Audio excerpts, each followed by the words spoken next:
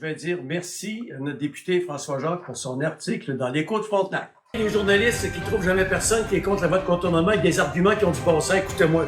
La fonction publique est un monstre qui se nourrit de lui-même. On coupe dans l'éducation, on coupe dans la santé, on coupe dans les services à la population. Je suis payé, moi, pour être incompétent. J'avais une belle gang de fonctionnaires à Québec au gros salaire qui se pognent le moine à pleine journée. Maintenant, Donald Trump.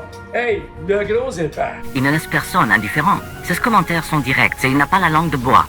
Voici le commentaire de la semaine de Daniel Poulain. La dernière fois, j'avais dit qu'il faudrait que François Jacques fasse quelque chose dans l'Écho de Frontenac. Ben, c'est arrivé. Alors, j'ai quelques extraits choisis de l'entrevue qu'il a accordée à Claudia Collard et je vais les commenter. On va commencer par ceci. On a perdu des candidates dans le passé, des IPS qui avaient eu des formations au départ à Lac-Mégantic et ensuite à Sherbrooke. Finalement, la date d'embauche à Sherbrooke était tellement loin qu'elles ont décidé de s'en aller en Chaudière-Appalaches où on les embauchait en mai au lieu du mois d'août. De un, c'est important qu'on s'occupe des gens qui viennent chez nous pour qu'ils restent chez nous.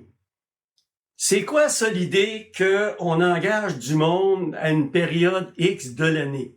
Normalement, l'embauche, ça se fait à l'année. C'est absolument aberrant, cette histoire-là. Écoutez, ça n'a pas de fin bon sens. Ah ben là, on va engager du monde juste au mois de septembre cette année, là, parce que là, ben, on a fait une réunion au restaurant avec des bouteilles de vin à 400$, on a décidé qu'on allait arranger ça de même. Eh Seigneur!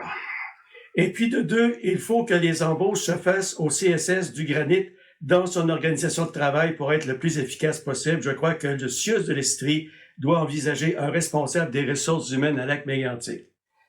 Excusez-moi, mon cher François, mais là, je pense que vous rêvez en couleur, parce qu'il va y avoir tellement d'embûches, tellement de barrages de toutes sortes de votre bande de fonctionnaires imbéciles qui savent pas que c'est quoi que travailler dans la vie. Jamais ils vont laisser faire ça. Parce que s'il fallait qu'ils laissent faire ça, ben, ça veut dire qu'il y aurait quelqu'un de moins qui serait engagé au bureau à Sherbrooke. Parce qu'il y a plus de bureaux que d'autres choses à Sherbrooke. Alors donc, faut vous dire aussi, ça, il y a beaucoup de gens qui ne le savent pas, mais on a ici au cégep, au cégep, on forme des infirmiers et des infirmières. Savez-vous, ces gens-là passent leur stage?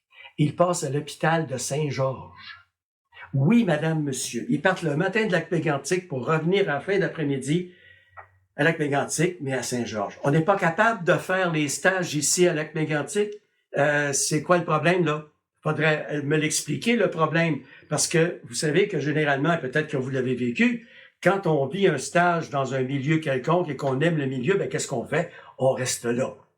Et puis, je resterai en stage, moi, longtemps après le mois d'août, pour être sûr qu'au mois de septembre, Sherbrooke m'engagerait. Tu sais?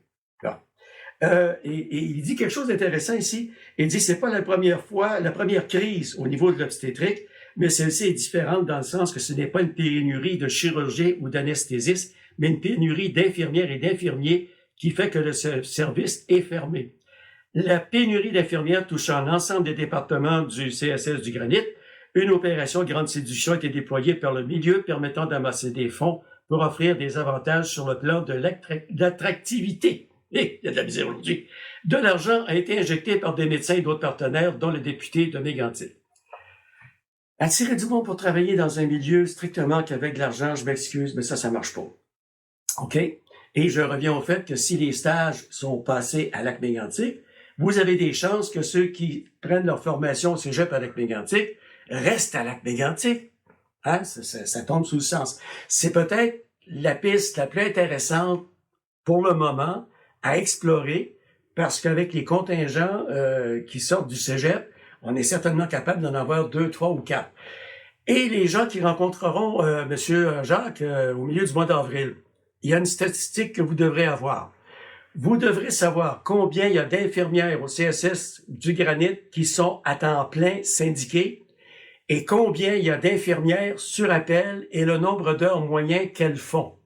Parce qu'un autre des problèmes que M. Jacques va confronter, et vous aussi, c'est le syndicat et l'Agence de la santé du Québec. Parce que ce sont de grosses organisations, toutes centralisées, et puis ça bouge pas vite, même qu'ils ont avantage à pas bouger pantoute bien souvent. Alors là, vous avez une petite montagne à monter, là.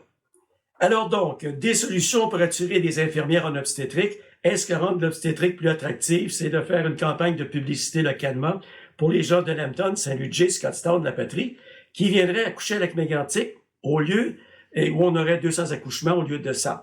Alors, faut-il monter le nombre d'accouchements en ramenant ici toute la population qui est à une demi-heure, 40 minutes de l'hôpital, en s'assurant qu'elle vienne ici? Ça, c'est une maudite bonne idée. Mais allez expliquer ça aux fonctionnaires à Sherbrooke, comme l'impression que vous êtes peut-être frappé un mur, mais ça coûte pas cher de taper dans le mur avec une masse de 5 livres.